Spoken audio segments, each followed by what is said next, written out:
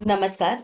आज के इस अंक में हम बहुवैकल्पिक प्रश्न उत्तर पर चर्चा करेंगे जो 12वीं कक्षा की पुस्तक अंतरा भाग 2 के काव्य खंड की कविता बनारस पर आधारित है। सीबीएसई द्वारा 2024-25 के बोर्ड के प्रश्न पत्र का प्रारूप आ गया है और पिछले वर्ष की तरह इस वर्ष भी पठित काव्यांश पर आधारित 5 बहुवैकल्पिक प्रश्न पूछे जाएंगे। इन प्रश्नों के उत्तर देने के लिए आवश्यक है कि आपको कविता की व्याख्या आनी चाहिए। हम बनारस कविता की व्याख्या कर चुके हैं और इसका वीडियो भी चैनल पर उपलब्ध है। अगर आप इसे फिर से देखना चाहते हैं और समझना चाहते हैं तो इसका लिंक आपको कमेंट बॉक्स में मिल जाएगा। वहां से आप इस कविता को देख सकते हैं और समझ सकते हैं। फिलहाल इस कविता पर आधारित बहुवैकल्पिक प्रश्न उत्तर कर लेते हैं। यह कविता आकार की दृष्टि से लंबी है, इसलिए इसके 1 या 2 भाग को इस अंक में मैंने लिया है और उस पर आधारित प्रश्न उत्तर अब हम करने जा रहे हैं। प्रश्नों को जानने से पहले कविता की पंक्तियां पढ़ लेते हैं कि किन पंक्तियों पर 5 प्रश्न उत्तर आधारित हैं। इस शहर में वसंत अचानक आता है और जब आता है तो मैंने देखा है लहर तारा या मडोवाडी की तरफ से उठता है धूल का एक बवंडर और इस महान पुराने शहर की जीभ किरकिराने लगती है। जो है वह सुगबुगाता है, जो नहीं है वह फेंकने लगता है पचखियां। आदमी दशाश्वमेध पर जाता है और पाता है घाट का आखिरी पत्थर कुछ और मुलायम हो गया है। सीढ़ियों पर बैठे बंदरों की आंखों में एक अजीब सी नमी है और एक अजीब सी चमक से भर उठा है भिखारियों के कटोरों का निचाट खालीपन। कविता के इन पंक्तियों पर आधारित 5 बहुवैकल्पिक प्रश्न उत्तर कर लेते हैं। बढ़ते हैं पहले प्रश्न की ओर और पहला प्रश्न देखते हैं क्या है। पहला प्रश्न है, बनारस शहर में वसंत के आगमन पर क्या परिवर्तन होता है। इसके लिए विकल्प दिया गया है, धूल का बवंडर उठता है, धूल की किरकिराहट महसूस होती है, सोए हुए जाग जाते हैं, उपर्युक्त सभी। कविता के आधार पर जो उपयुक्त विकल्प है वो विकल्प है उपर्युक्त सभी। यानी बनारस शहर में जब वसंत का आगमन होता है तो धूल का बवंडर भी उठता है, धूल की किरकिराहट पूरे बनारस वासियों की को महसूस होने लगती है, सोए हुए भी जाग जाते हैं। इस तरह तीनों विकल्प सही हैं तो चौथा विकल्प उपर्युक्त सभी, ये विकल्प सबसे सही और सबसे उपयुक्त है इस प्रश्न का उत्तर। बढ़ते हैं अगले प्रश्न की ओर और देखते हैं दूसरा प्रश्न क्या है। दूसरा प्रश्न है, पचखिया फेंकने से कवि का क्या आशय है। शहर का धूल से भर जाना, बीज का अंकुरित होना, आदमी का दशाश्वमेध पर जाना, बनारस में वसंत का आना। इन चारों विकल्पों में से सबसे सही विकल्प कौन सा है।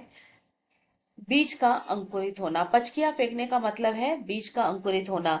जो बीज मिट्टी के अंदर अब तक दबी है उसके अंदर किसी तरह की कोई सुगबुगाहट नहीं हो रही है, वसंत के आगमन पर वो भी पचकिया फेंकने लगते हैं, यानी बीज भी अंकुरित होने लगता है।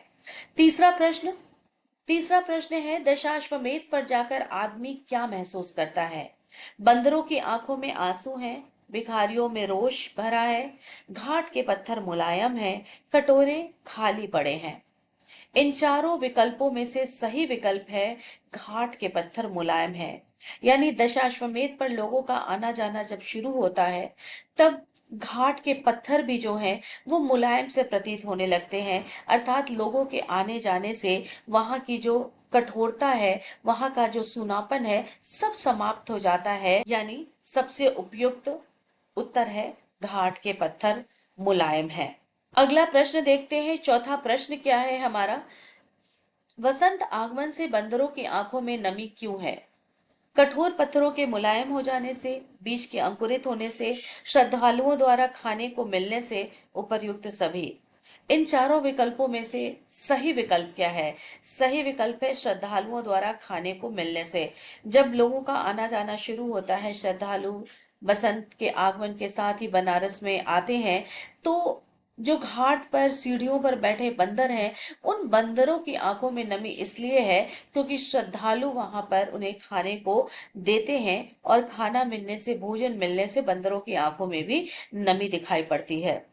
इस तरह से हम चौथा प्रश्न कर चुके हैं और पांचवा और आखिरी प्रश्न हमारा है, निम्नलिखित कथनों पर विचार कीजिए।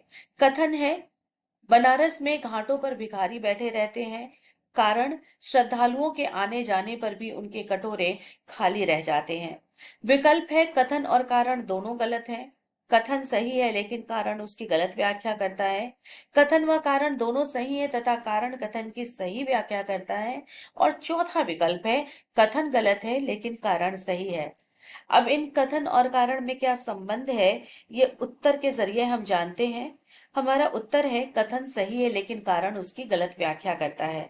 ये कथन तो बिल्कुल सही है कि बनारस में घाटों पर भिखारी बैठे रहते हैं, लेकिन श्रद्धालुओं के आने से उनके कटोरे खाली नहीं रह जाते, अपितु उनके कटोरों में वसंत उतरता है, अर्थात उनके कटोरे भी भर जाते हैं। तो ये तो रहे इस कविता पर आधारित 5 प्रश्न उत्तर। मैं उम्मीद करती हूँ कि आपको बहुवैकल्पिक प्रश्न उत्तर का अच्छा अभ्यास हो गया होगा। इसके अतिरिक्त भी अगर आप इस अंक से संबंधित कोई प्रश्न पूछना चाहते हैं तो कमेंट बॉक्स में कमेंट्स जरूर कीजिए। आपके सभी प्रश्नों का मैं उत्तर दूंगी। मेरे चैनल को सब्सक्राइब जरूर कीजिए और आगे आने वाले वीडियो की जानकारी के लिए बेल आइकन जरूर प्रेस कीजिए। धन्यवाद।